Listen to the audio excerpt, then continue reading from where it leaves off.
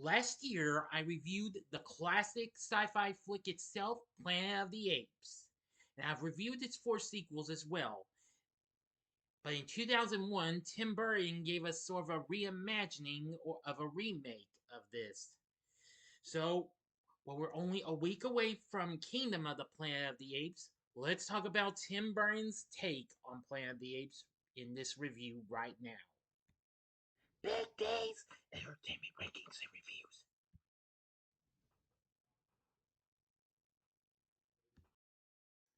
So, greetings, my fellow YouTubers, and welcome to Big D's Entertainment Rankings and Reviews. My name is Doyle, better known to as the Big D, and this time around I bring to you a review of the 2001 sci-fi adventure flick Planet of the Apes, released by Fox, directed by Tim Burton from a screenplay by William Broyles Jr., Lawrence Connor, and Mark Rosenthal. This is the sixth overall installment of the Planet of the Apes film series, and it is loosely based on Pierre Boulez's 1963 novel and serves as a remake of the classic 1968 film. The film features an all-star cast that includes Mark Wahlberg, Tim Roth, Helena Bonham Carter, Michael Clarke Duncan, Kris Kristofferson, Estelle Warren, and Paul Giamatti. Now, it tells the story of an astronaut who crash lands on a planet inhabited by intelligent apes. The apes treat humans as slaves, but with the help of an ape named Ari, Leo, our main character, starts a rebellion as he seeks to return. The film was released on July 27th, 2001, and it got mixed reviews and what have you. But I'll talk more about this later, though. But it did become a pretty decent success, though. Now, let's get our story going. In 2029, aboard the United States Air Force Space Station Oberon, Leo Davidson works closely with apes who are trained for space missions. His favorite ape co-worker is a chimp named Pericles, Pericles. I'm sorry if I mispronounced it. With a deadly magnetic storm approaching the station, a small space pod piloted by Pericles is used to probe the storm. Well, his pod heads into the storm and disappears. Leo takes a second pod to find him. Entering the storm, Leo loses contact with the Oberon and in 5021 AD crashes on a planet called Ashlar. He learns that he has entered a mysterious world, a world that is ruled by humanoid apes who speak English and use domesticated horses for transportation and treat humans as slaves. Leo meets a female chimpanzee named Ari who protests the mistreatment humans receive. Ari decides to buy Leo and a female slave named Dana to have them work as servants in the house of her father, Senator Sandar. Leo escapes his cage and frees other humans. Limbo, an orangutan trader and captured humans, seems them sees them but is taken prisoner to ensure his silence. The murderous General Thad and his guerrilla junior, Colonel Attar, march ape warriors to pursue the humans. Leo discovers Kalima, the forbidden but holy temple of Samos, the first ape whom the apes revere as a god. Kalima turns out to be the remains of the Oberon, which had crashed on the planet's surface and now looks ancient. The name Kalima comes from the sign Caution Live Animals. The, the relevant letters being the only ones not covered in dust. According to the computer logs, the station has been there for thousands of years. Leo realizes that when he entered the vortex, he was pushed forward in time, while the Oberon, searching after him, was not, crashing on the planet long before he did. The Oberon's log reveals that the apes on board, led by Semos, organized a mutiny and took over the vessel after it crashed. The human and ape survivors of the struggle left the ship, and their descendants are the people Leo has encountered since landing. The apes arrive and attack the humans who have gathered to see Leo, although he evens the odds when he uses the Oberon's last fragments of fuel to fire a final blast at the first wave of apes. The battle stops when a familiar vehicle descends from the sky, which Leo immediately identifies as the pod piloted by Pericles, the chimp astronaut who was pushed in time as Leo and and had just now found his way to the planet. The electromagnetic storm releasing people from it in an opposite direction in time to their entrance because they were traveling backward, not forward in time. When Pericles lands and the pod opens, the apes bow, interpreting his arrival as the return of Stamos, and hostilities between humans and apes suddenly cease. Now, I'm going to the ending now. You know the procedure for this. You have 5 seconds to stop this video. Please go to the description box below and fast forward to the time below.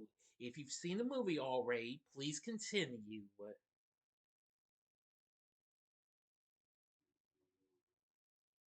Okay, you've been warned. Pericles runs into the wreck of the Oberon and Leo runs after him, followed by General Dad. Dad and Leo fight. Pericles tries to help Leo, but Dad throws him hard against the wall. Dad takes Leo's gun from him and tries to fire it at Leo. Leo sees that Dad is within the pilot's deck and closes the automatic door, trapping Dad inside. Well, Dad fires the gun repeatedly at the door, but the ricochets create sparks that scare him, who huddle and Dad huddles under a control panel. Deciding to escape Ashlar and return to Earth, Leo gives Pericles to Ari, who promises to look after him. After saying farewell to Ari and Dana, Leo climbs aboard the undamaged pod of Pericles and returns to the present through the same electromagnetic storm. Leo crashes in Washington, D.C. on Earth and looks up at what appears to be the Lincoln Memorial, only to find that it is now a monument memorializing General Dad. A swarm of police officers, firefighters, and news reporters descend upon him, revealed to all be apes as Leo realizes that he is on ape dominated Earth. End of story. So, what did I think of Planet of the Apes 2001? Well, I am gonna say it's an okay film. It was sort of a guilty pleasure. Well, I'm saying it's a semi guilty pleasure. I've seen this a few times as I have it on video, but I haven't seen this film in years until just more recently. I am gonna say, well, it's nowhere as good as the classic itself, but it manages to pull some stuff off. Anyway, upon its release, it received mixed reviews from the critics who criticized the confusing plot and ending. Yeah, I will say that is kind of the biggest downside of the film, but however, a lot of other things were praised, including the prosthetic makeup designs by Rick Baker, the visual aspects, and musical score, which was done by Danny Elfman, who is certainly no stranger to working with Mr. Burton. Despite the film was a financial success as it went on to make $362 million worldwide against its $100 million budget, Fox chose to cancel a sequel to the film and later rebooted the series a decade later with Rise of the Planet of the Apes in 2011. Yes.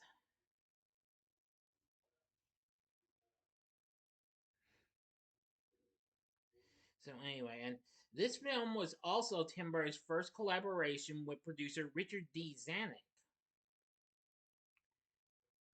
Well, anyway, despite this was kind of a big well, well, not a big disappointment, but still a decent success. It did well on DVD and video cassette, which was very good.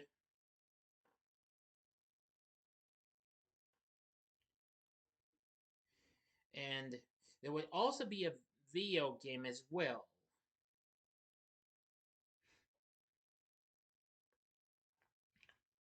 So apparently, this was really something. There would be a video game that would be released after this. Because, of course, it would be released on the PC in September 2001, just a few months after the film was released. A PlayStation version of it followed the following year, but it got dissed big time. Now, Hasbro released a toy line, and Dark Horse Comics published a comic book adaptation. Anyway, the film became had the second highest opening weekend 2001, aside from Harry Potter and the Sorcerer's Stone. The film dethroned Star Wars Episode 1 The Phantom Menace for having the best opening for any film from Fox. At that point, it had the second highest opening weekend of any film behind The Lost World, Jurassic Park. Anyway, yes. Really something.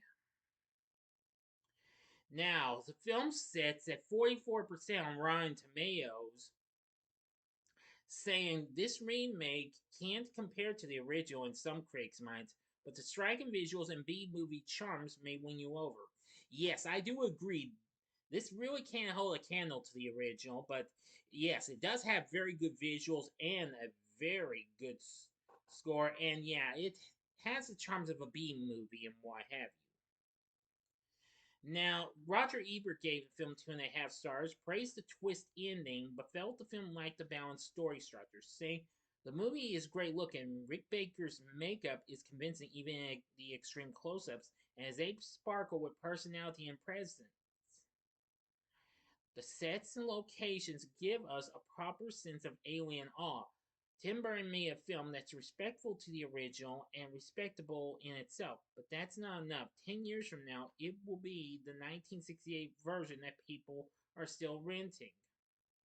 Peter Travers in Rolling Stone dissed this, saying, "Call it a letdown, worsened by the forces of shoddy screenwriting." To quote Heston in both films, "Damn them all! Yeah, damn them!"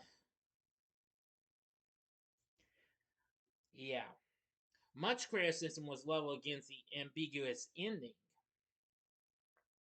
Tim Roth, who played General Thad, said, "I cannot explain that ending. I have seen it twice and I don't understand anything." Helena Bonham Carter played Ari said, "I thought it made sense, kind of. I don't understand why everyone went, huh? It's all a time warp thing. He's gone back and he realizes Thad's beat him there."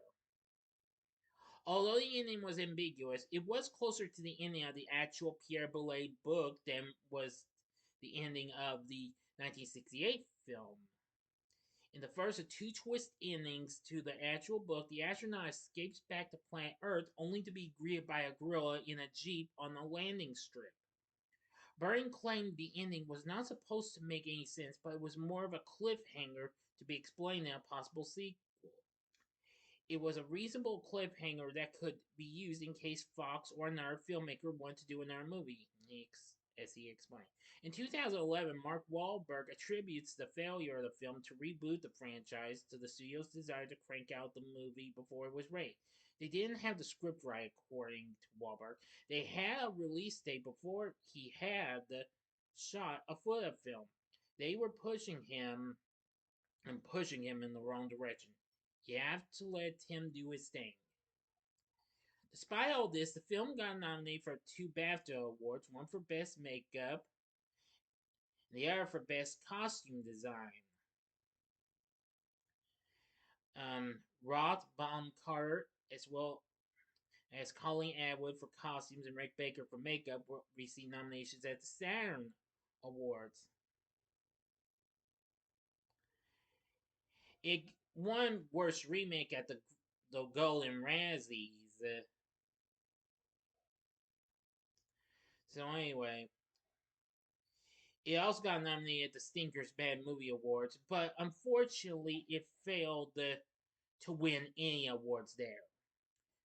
So the ending can be a little confusing. The story is factually okay, but I do like the prosthetic makeup designs, the visual aspects, and musical score.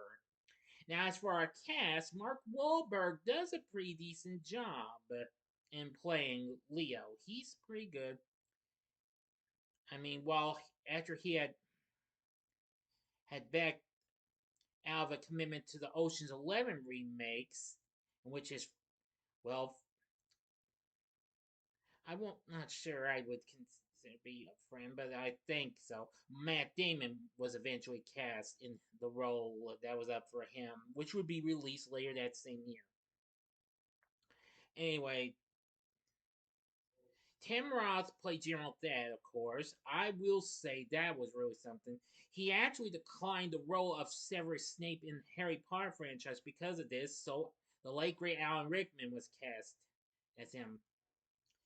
Helena Bonham Carter, who of course would later appear in later Harry Potter sequels and also worked with Burton again a few times, played Ari. I'm gonna say she wasn't too bad. Michael Clarke Duncan played Colonel Attar. Yes. And actually, Ron Perlman was also a potential candidate that Baker vouched for and even did a design on an old live cast. Even Jamon Hunsu was up for it, but he turned it down because of scheduling conflicts with the Ford Feathers. Kris Kristofferson appeared in this film as Dana's father, Karubi. I am going to say he was good, despite we didn't get to see much of him and what have you. Estelle Warren played Dana. I'm going to say she was very good. Paul Giamatti played Limbo. I'm going to say he did pretty good. He drew inspiration from W.C. Fields for his performance. And Kari Hiroki Tagawa played General Kroll. Yeah. This one also had David Warner, Eric Avari, and several others and what have you, and many more. There was also a cameo appearance by Charlton Heston as Zayas, Dad's father, but however, he was uncredited. Linda Harrison, who played Nova in the original franchise, was a woman in the cart. Now, there is a character known as Nova, played by Lisa Marie, but however, she's the chimpanzee companion to Senator Nato,